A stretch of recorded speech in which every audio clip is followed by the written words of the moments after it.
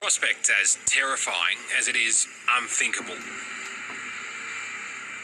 A military showdown between two nuclear-armed superpowers, the United States and China.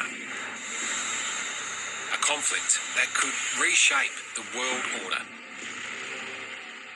Is Australia vulnerable at the moment?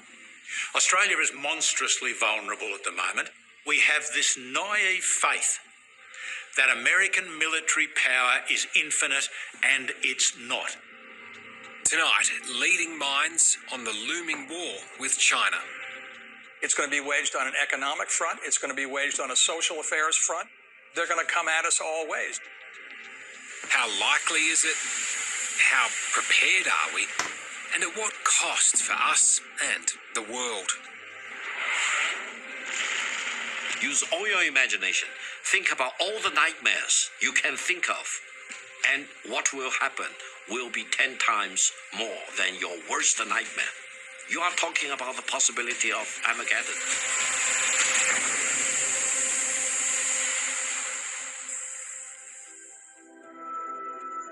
Taipei is a modern metropolis, capital of Taiwan, an island half the size of Tasmania, yet home to a population just about the same as all of Australia. The trigger point for conflict with China, if it comes, is right here. Why do you think people in Australia should care about what's happening in Taiwan right now? Because we are a democracy, and democracy do not survive in isolation. Xin Cheng Xiao is an entrepreneur who runs a tech startup in Taipei. In recent months, he's grown increasingly nervous about China's growing threats to reunify with Taiwan, by force, if necessary. What is it particularly about Chinese rule that you're scared of? Number one is losing all your freedoms, right? Because Taiwan has been enjoying, our democracy and our liberties, our freedoms for the past few decades. And it is just unimaginable that, we would be reunified with the authoritarian regime and then surrender such freedoms. So, no, it's not an option. For Xiao and many other Taiwanese, the crackdown on democracy in nearby Hong Kong is a warning of what may be to come. They lost their basic right to vote, to elect their officials, to speak their minds, to protest. Hong Kong people just live under fear every single day. So we all hope that it doesn't come to this, right? Because Taiwanese would have to fight. And although we spend heavily on military equipment, we are no match for the second largest army in the world. China is increasingly vocal about bringing what it views as a renegade province to heel, stepping up its warnings to the rest of the world not to meddle in its business. 请坐下，谁妄想这样干？ Anyone who dares try to do that will have their heads bashed bloody against the Great Wall of Steel, forged by over 1.4 billion Chinese people. President Xi Jinping's hard line at the 100th anniversary of the Chinese Communist Party in July was followed by a record number of Chinese fighter planes breaching Taiwanese airspace, more than 150 incursions over just a 4-day period. The question is, if China does make a move on Taiwan, will the US respond? Right now, the answer seems to be yes. I just want to make China understand that we are not going to step back. We are not going to change any of our views. So are you saying that the United States would come to Taiwan's defense if China attacked? Yes, we have a commitment to do that. Those who want to block China's unification with China's Taiwan will be doomed to failure. Victor Gao is an expert in Chinese affairs and an unofficial mouthpiece for the regime in Beijing. Vice President of the Center for China and Globalization think tank, he's a former diplomat who was the interpreter for Communist leader Deng Xiaoping. If the US does intervene in Taiwan and Australia supports them, what will happen to Australia? Listen, if Australia goes to fight together with the US soldiers in China's drive for reunification between China's mainland and China's Taiwan, then you are talking about the worst thing you can dream of. A war between China and the United States will soon escalate out of control, and that will be Armageddon, Armageddon, and Armageddon. And this is what I hope the Australian people will come to realize, that you need to deal with China with respect as much as you give to the United States. From touchless time kiosks to solutions that help employees engage, ADP technology keeps teams confident and productive, whether they work from home offices, or anywhere else offices. Head! At ease. I want to tell y'all something. This is a great day to be an American. It's an even greater day to be a Chiefs fan. I'm going to tell y'all something. I don't know what feels better. Seeing the Kansas City Chiefs beat the Denver Broncos or seeing the Las Vegas Raiders lose to a team with no name.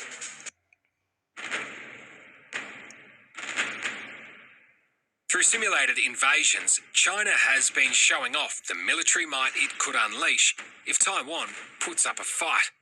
At the sprawling Zuraha training base in Inner Mongolia, troops are schooled in street-to-street combat in a mock Taipei. As you can see from these satellite images and from these photos, there's even a building with an extraordinary resemblance to Taiwan's presidential headquarters.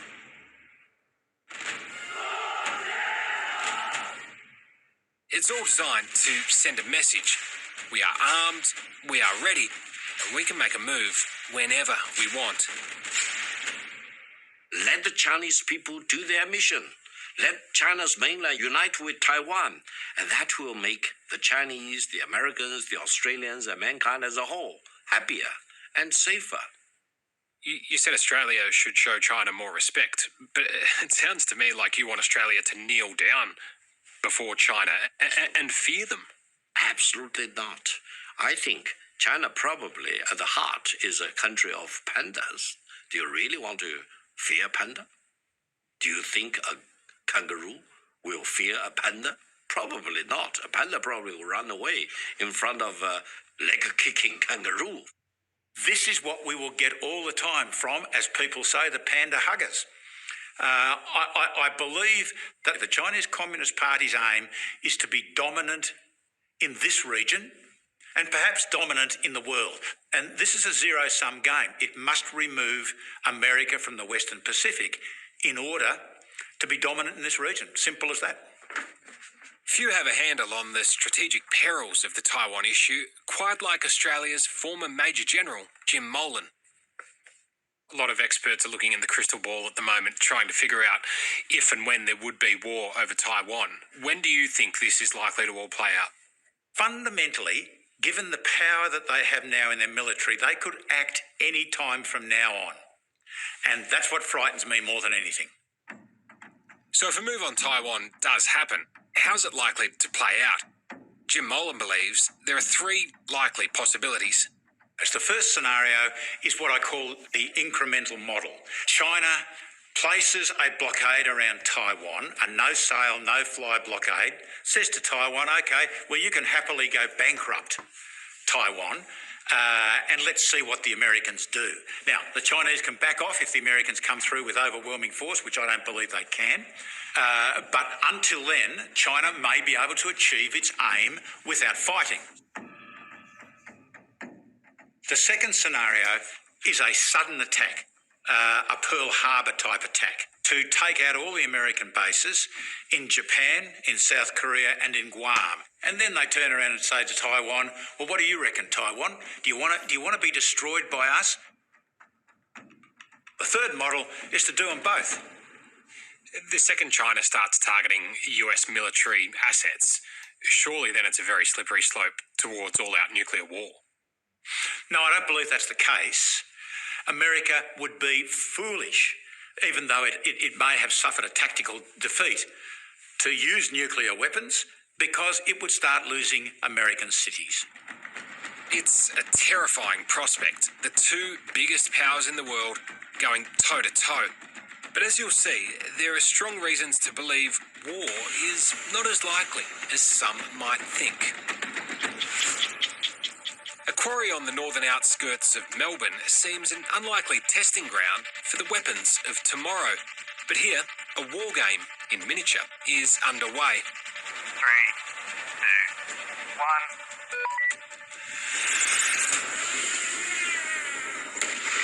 Defentex is a Victorian company developing autonomous drones for the battlefield. It's headed up by Travis Reddy, who believes these diminutive weapons could be a critical part of Australia's arsenal. It's cheap, it's expendable, and can group together in a mass or a swarm so that we can have this big impact in the battlefield. How much are your developments made for the sole purpose of helping a country with a small defence force like Australia take on a big force like China? That's ultimately the reason that we exist. Each tiny flying machine can carry a powerful payload. It could be a smoke round, an anti-tank round, an anti-personnel round, a radio retransmission system. But their real strength comes when they swarm in huge numbers. If you end up getting hundreds or thousands of these drones working together at one time, what can they actually achieve? Yeah, they can have a devastating effect. It's early days yet, but increasingly cheap autonomous drones are being viewed as a key to modern warfare, particularly for nations like Australia.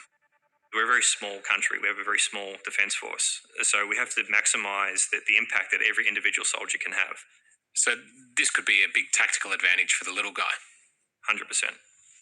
And I want to thank that fellow down under. Thank you very much, pal. Appreciate it, Mr. Prime Minister. Right now, of course, Australia's focus is on the much bigger military hardware that'll result from the AUKUS Pact. It'll be a couple of decades yet before the cementing of the relationship with our two most trusted allies results in shiny new nuclear submarines.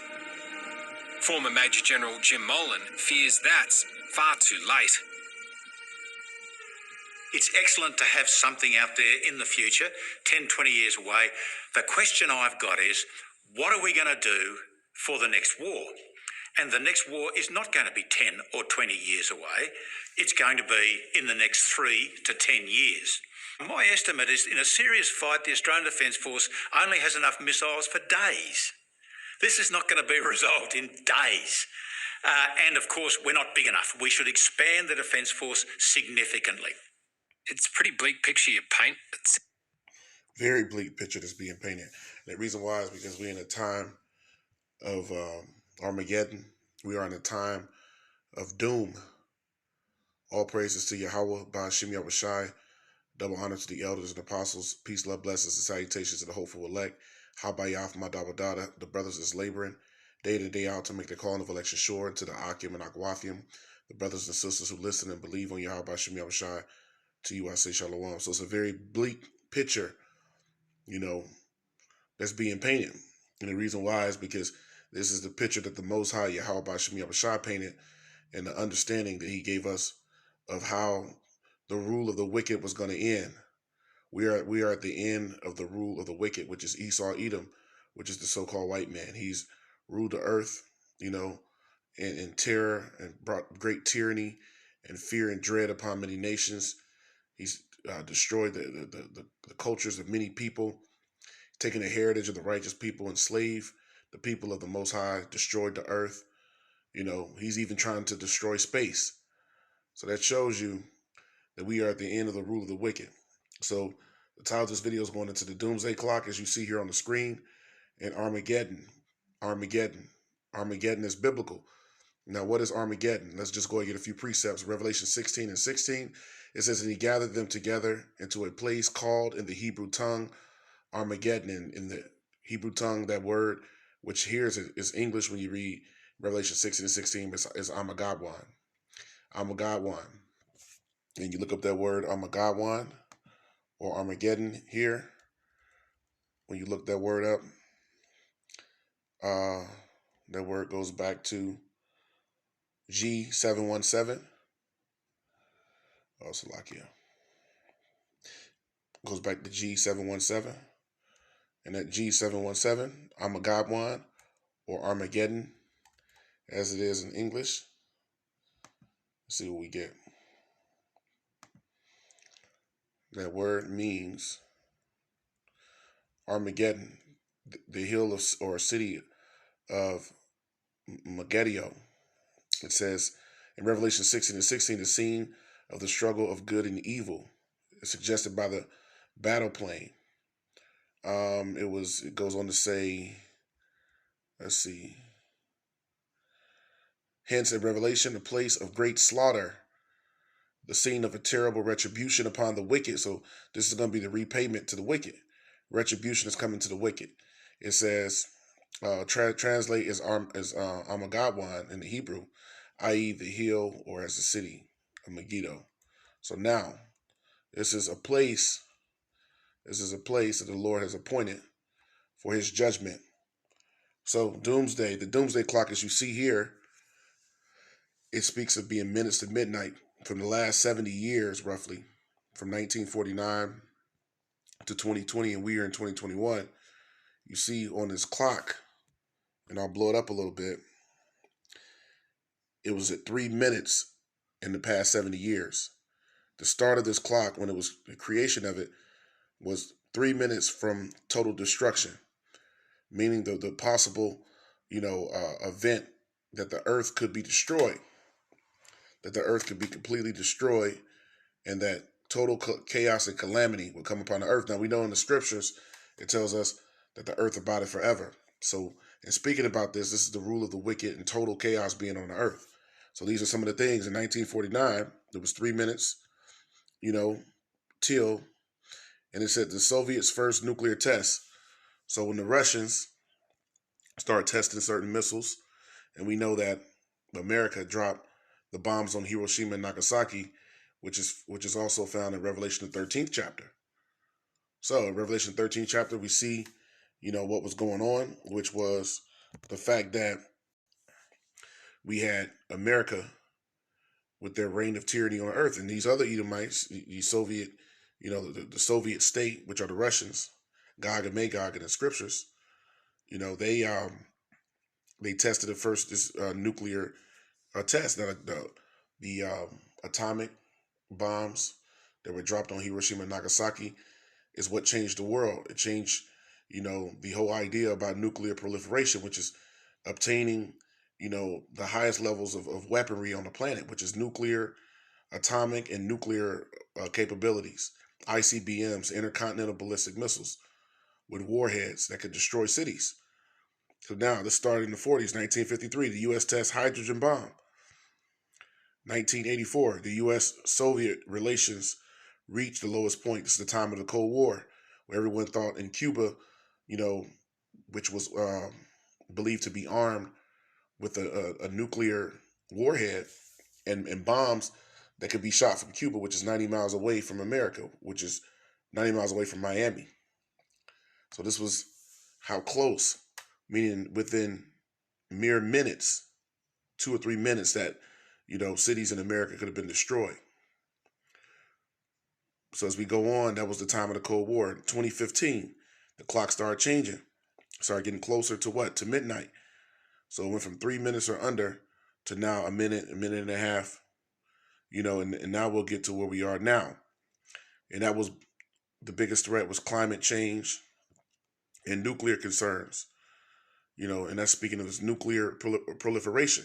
The fact that, many nations have been, over the last 70 years, obtaining the ability to use nuclear capabilities, which when you look it up, there's over a dozen nations that have those capabilities, probably more. Some is not being spoken of because you have the great nations of the earth that have obtained that, which is America, the UK or Britain, going into China, Russia, North Korea, India, Pakistan, and these are just a handful of nations that actually have those capabilities, and more nations that's a part of the European Union, which is basically Europe and NATO.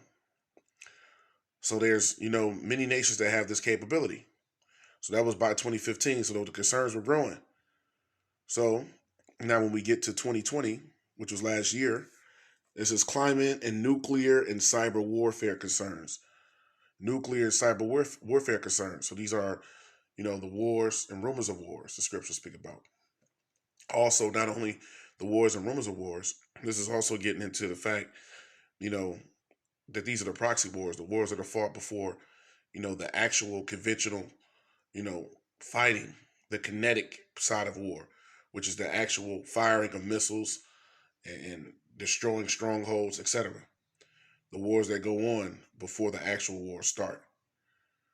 The war in the media, the war behind the scenes, etc.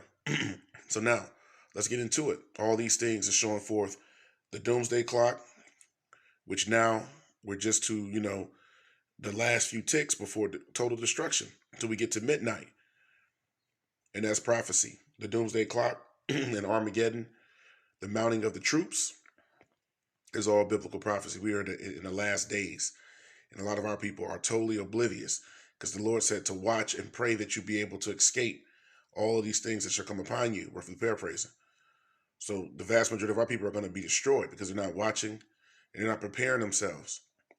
Zephaniah 3:8, and it reads, "Therefore wait ye upon me, saith the Lord Yahweh, until the day that I rise up to the praise." So the believers are waiting on the Lord. And they're doing that waiting by doing what? Being patient, which means to suffer. They're suffering patiently, as Yahweh said, suffer patiently, little children. So they are waiting, which is suffering, but patiently waiting for the coming of the Lord and being occupied. The Lord said, "Occupy till I come," meaning be busy with doing the things that I told you to do to obtain salvation. Here's the patience and the faith of the saints.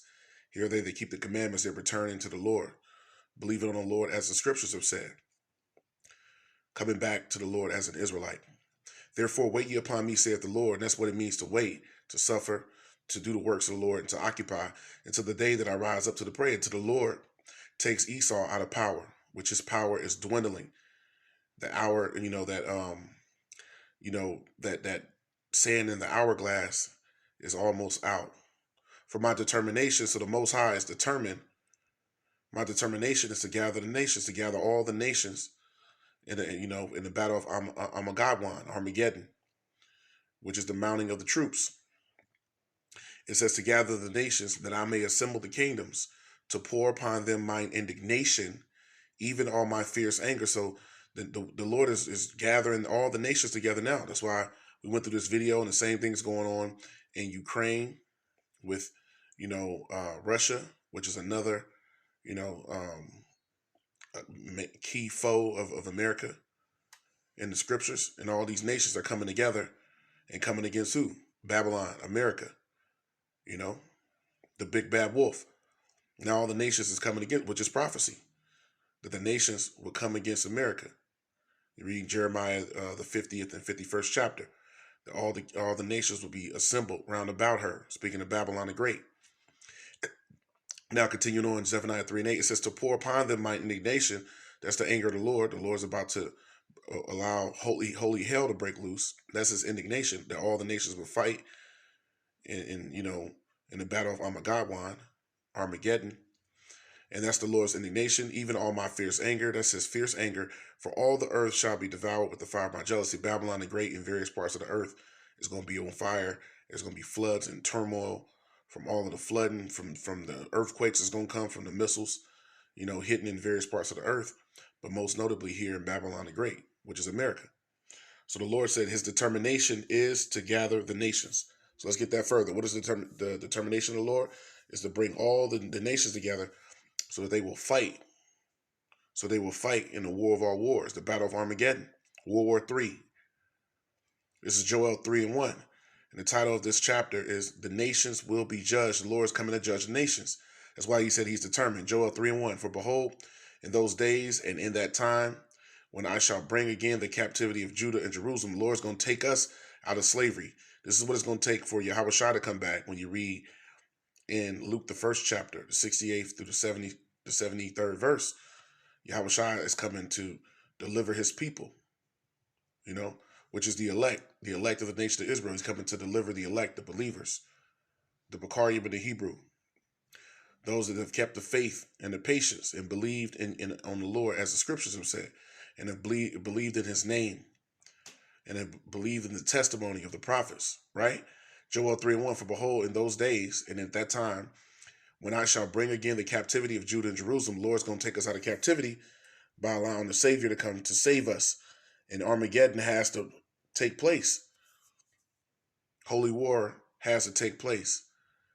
The nations have to come together and fight, as the scriptures have said.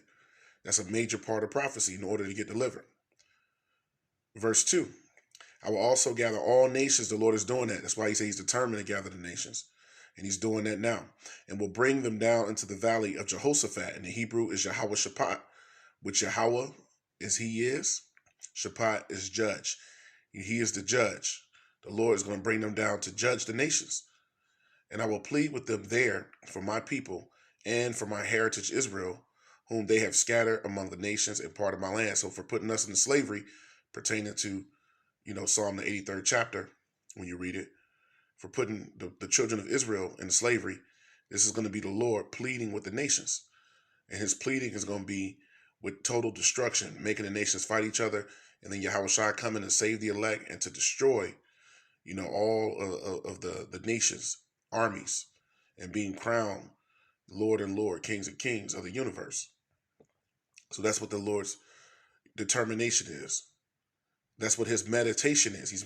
The Lord is constantly thinking upon bringing this time, because we are in the very end. And the Lord said these things would come in the end. So once again, the Lord said he's gathering them in the valley of Jehoshaphat, Yahweh Shaphat, once again, in the Hebrew. And that's near the great river Euphrates. So let's get that. This is going to take place in the great river Euphrates.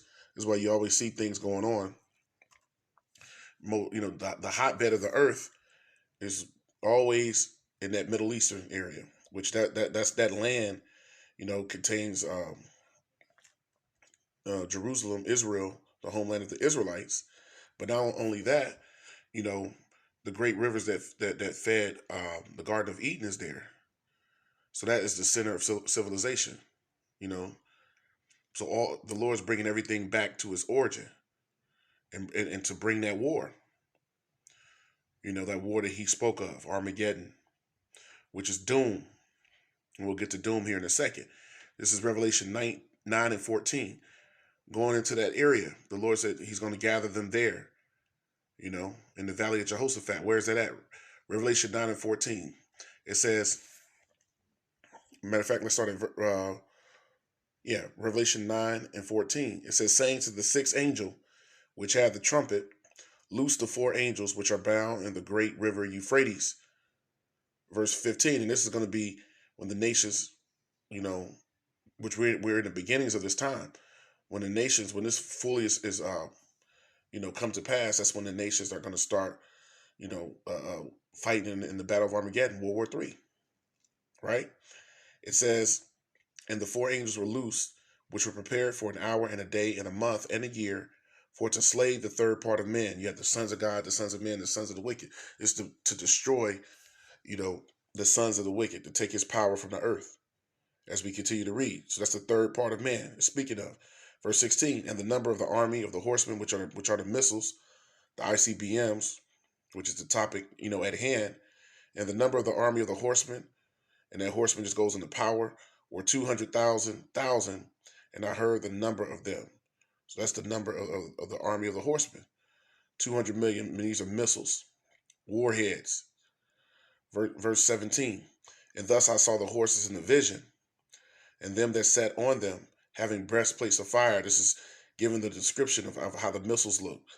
John the Revelator was getting an actual visual of how, over 2,000 years ago on the island of Patmos, of how these missiles looked.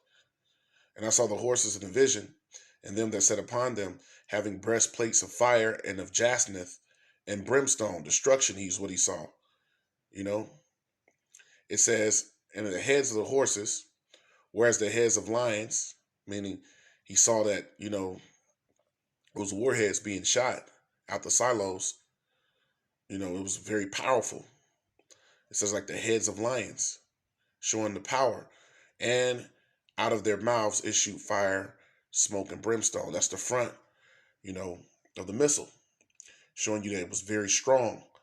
Verse 18, Revelation 9 and 18, by these three, it says, was the third part of men killed, the sons of the wicked, which are the Edomites, which is showing you Esau's system is going to be destroyed. His system of governance, preeminence, and dominance over the earth, his rule. It says by the fire and by the smoke, that's the destruction of the missiles, and by the brimstone, which is the destruction which issued out of their mouths. That's the front of the missiles. Now that's going to give a description of how the missile looked in the back. Revelation 9 and 19, for their power is in their mouths. The front is the mouth of it, and in their tails in the back was the fire that burned. For their tails were like unto serpents, and had heads, and with them they do hurt. They hurt because they completely destroy. Verse 9, verse 20, Revelation 9 and 20, and the rest of them which were not killed by these plagues, yet repented not of their works of their hands. So these are other people that's going to be destroyed, and some are going to be here on the earth, showing you that the earth is not going to be completely destroyed, but Babylon will be. Israel will be in various parts of the earth. That they should not worship devils, and this is going to be when the Lord says he's going to take away all the idols, that they should not worship devils and idols of gold and silver and brass and stone. These are all the things that people believe in, other than Yahweh Shem Yahushua, and most specifically our people, the Israelites. So the Lord's going to take away all the idols, brass and stone, and of wood, which neither can see nor hear nor walk, because none of these idols are real. The only true power is going to be the Most High and his Son underneath him. Revelation 9 and 21, neither repented, it says, they of their murders, nor of their sorceries, nor of their fornication, nor of their thefts. So that shows you the pride of Esau, Edom, and these nations is going to follow, the wicked, because some of them are going to go, we know, pertaining to prophecy, underground and hide in their underground bunkers in the sea, and try to go into their space stations and things that they have in the heavens, to try to flee from the Lord. But we know, pertaining to prophecy, Jeremiah the 6th chapter being one, it tells you that these nations and people are going to be gathered up, the elites of these different nations, and they're going to be the first fruits of slavery. So now, we got the doomsday clock that we see here, and we're talking about Armageddon, which is biblical. So now, let's get a little bit into it. The doomsday clock here, and if you look closely, you see it. Brothers and sisters have seen this before, so I'll get a little bit into it. When you go into the doomsday clock, the common definition of doom, it goes into death and destruction. It says to be of a terrible fate. So this is why it's called the doomsday clock. Terrible fate that's coming to the earth, which the Lord says is not going to be, the earth is going to get so hot that all the polar ice caps are going to melt and it's going to flood that way. No. How that's going to happen is through nuclear destruction. Through nuclear destruction. That's how the rule of the wicked is going to end. That's how Yahushua is going to come back. It's through the nations fighting and Yahushua coming back to deliver the elect before, the earth is ravished by the fire of the Most High through Yahushua, which is the chariot shooting those beams of concentrated fire and more fire that Yahushua said he's coming to bring. But the elect being delivered before the complete destruction of Babylon in various places around the earth. So now, common definition once again is death, destruction of the word doom, going into doomsday, the day of total destruction and a terrible fate, ruin. The Chinese prime minister and one of the interior secretary members said that he said Armageddon 3 times. And what does Armageddon consist of? It says ruin, extinction. See, if Yahushua wasn't going to be the saving grace for the elect, then the earth would be completely destroyed. The Lord's not going to allow that to happen. He's not going to allow the elect to not make it out of here. Ruin, extinction, annihilation, disaster, end, grim, the downfall. So the Lord's not going to allow it to happen. Now, when you look it up in the etymology dictionary online, the word doom, it goes into an administration of justice. So this is going to be actual justice coming to the believers. This is the retribution given unto the nations, starting with Esau, Edom, who's ruling. So this is the administration of justice. So doom goes into justice, which is, this is the Lord giving that justice to who? To the believers that he promised. It also goes into judgment, equity, and righteousness. This is righteous in the eyes of the Lord to recompense the nations. It also goes into to judge, to pass judgment on. So this is the Lord Yahweh Shaphat, when we read in the Hebrew, and when you go back to Joel the 3rd chapter, the valley of Yahweh Shaphat goes into the place where the Lord's going to judge, which is near the great river Euphrates. So now, which is in the Middle East, which is over in the country of Iraq today. So it goes into judgment, equity, righteousness, to judge, to pass judgment on, or to condemn to an adverse judgment. That's going to be the condemnation, of this place, Babylon, which is going to be completely destroyed. So now, we touched on Revelation the 9th chapter, just going into, this is going to be the place where it talked about the great river Euphrates. Let me read that again. Revelation 9:14, saying to the sixth angel which had the trumpet, loose the 4 angels which are bound in the great river Euphrates. Once again, that is in the southern part of the country of Iraq, but it covers a whole region. That's why over the last 25 to 30 years, going back to the Persian Gulf War, and then going into Afghanistan, and then the Iraq War, and then now what's going on with Syria and different places, in these areas, you see that the Lord's been slowly pulling America, Babylon the Great, in that region, and they are still in that region. And why is that? Because it's biblical prophecy that the Battle of Armageddon would start near the great river Euphrates. So let's continue on. So as we continue on, it talked about the third part of men being enslaved, which are the sons of the wicked, which are the Edomites. So now let's get another precept going into this. This is how we know it's speaking about as being the fall of Edom, and we'll get that, through a few precepts, But first, let me get this in Second Ezra. Just going into the fact that the third part of man it talked about was this was coming to destroy the third part of man, and that third part of man is speaking of the children of the wicked. Once again, the third part of man is the children of the wicked, because he will be ruling. So this is Second Ezra, the 12th chapter. Let's get that. Let's pick up at verse 3. He's going to hit a few points in this chapter, and just get a few precepts out of it, going into this destruction. Second Ezra 12 and verse 3, it says, and I saw, and behold, they appeared no more, and the whole body of the eagle was burnt. And that body of the eagle is speaking about the head, speaking about the Edomite hegemony over the earth, the preeminence, the power structure, the seat of power, which is NATO and the EU and America, the beast, the whore that's riding the beast, and the beast of the system. He the one that's bringing that image out. He's going to try to push that. That's through the beast and the whore who rides the beast, who controls everything, which is America. And I saw, and behold, they appeared no more. Speaking of the power, of the beast and his system in America, and the whole body of the eagle was burnt, so that the earth was in great fear. And that's going to be through America getting hit, and some of his allies. But some of these nations are going to fire on America. When you read in the scriptures, the beast is going to hate the whore and burn her with fire. So the EU and NATO, the beast is going to turn on the whore. But in this happening, is going to be all out war, which is going to be the whole body of the eagle being burnt, which is Esau's power, him losing his power. It says, so that the whole body of the eagle was burnt, so that the earth was in great fear.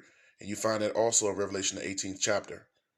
It speaks about the great fear is going to come on the earth from Babylon being destroyed.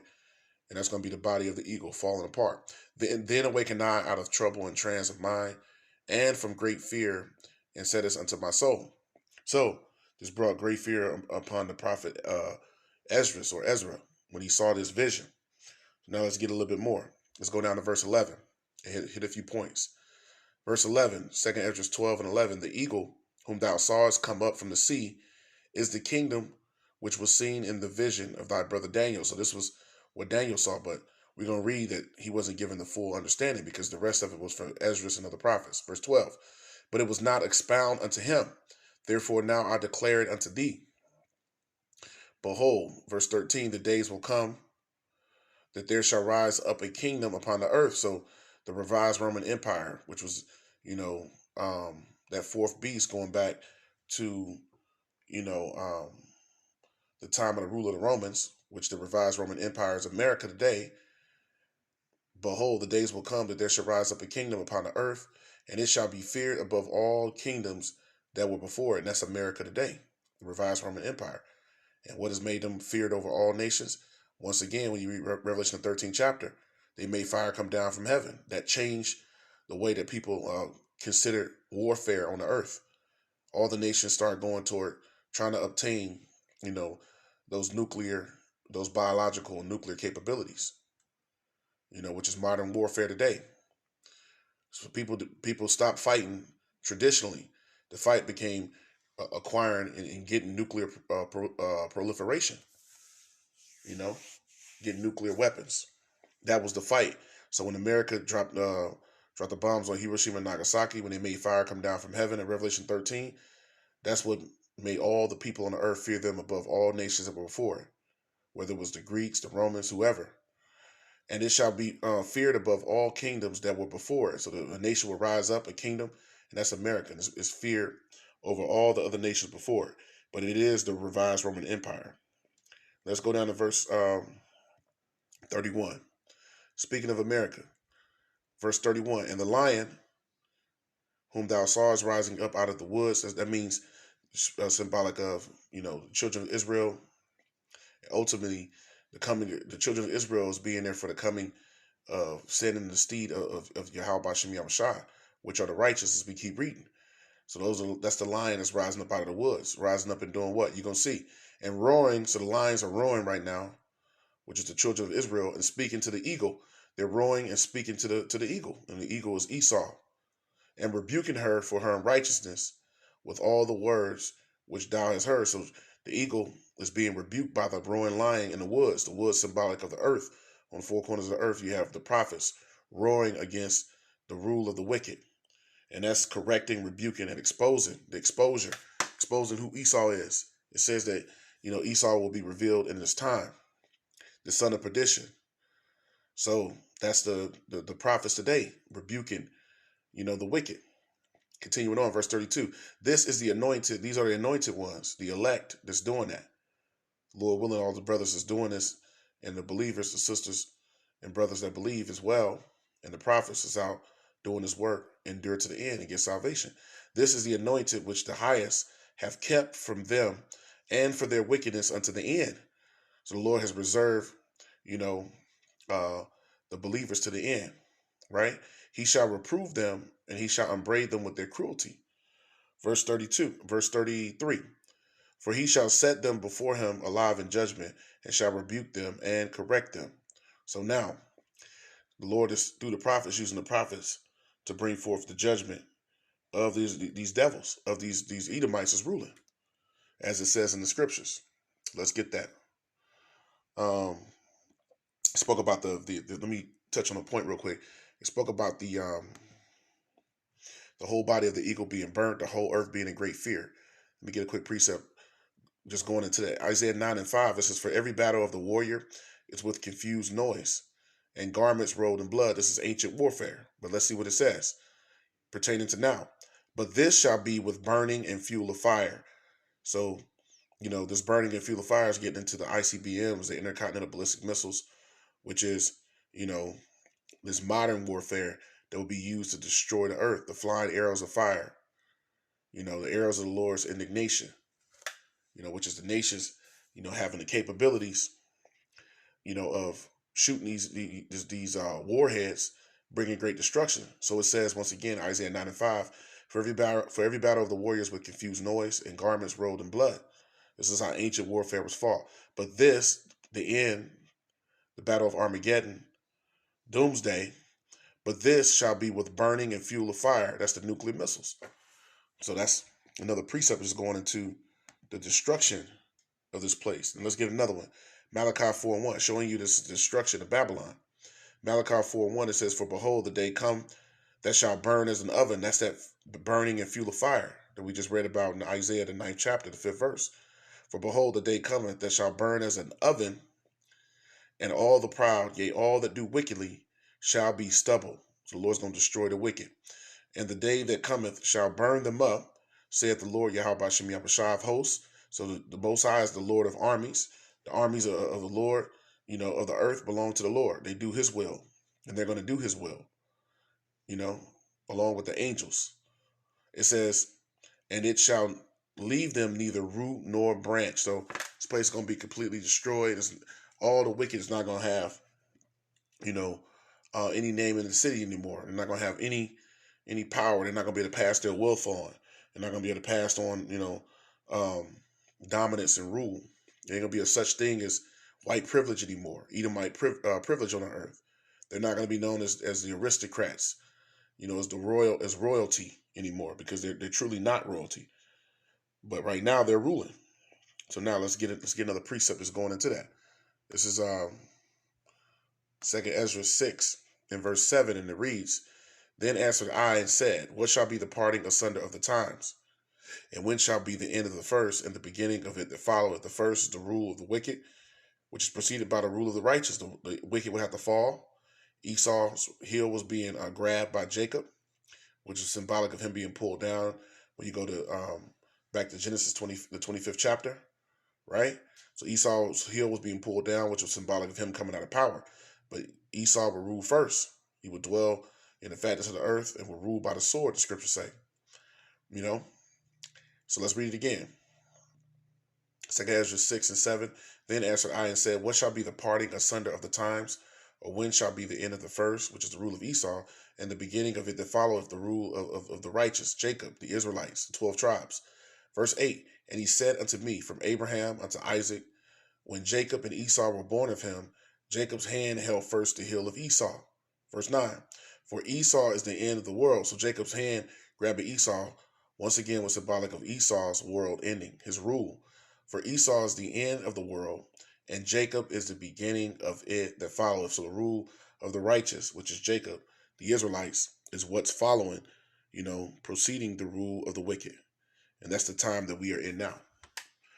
So with that, I hope that was edifying, to the hopeful elect. Barakatah Yahweh, Barakatah Yahushai, Kal Halal Yamla, Allah Hayanawa Yahweh, Ba'ashem Yahushai, Ba'ashem Rakakwadash, double honor. As always, them Yah to the elders and apostles of Great Millstone, who are the true teachers of Israel today. Peace, love, blessings, and salutations to the hopeful elect, Habayath Madawadah, the house of David, the brothers laboring day in and day out to make their calling of election sure, help and seal the elect of the nation of Israel, for the return of our Lord Hamashiach Yahushua is at hand, into the Akim and Agwathium, which are the brothers and sisters that listen and believe on Yahweh Shem Yahushua. To you I say shalom. So shalom to the hopeful elect.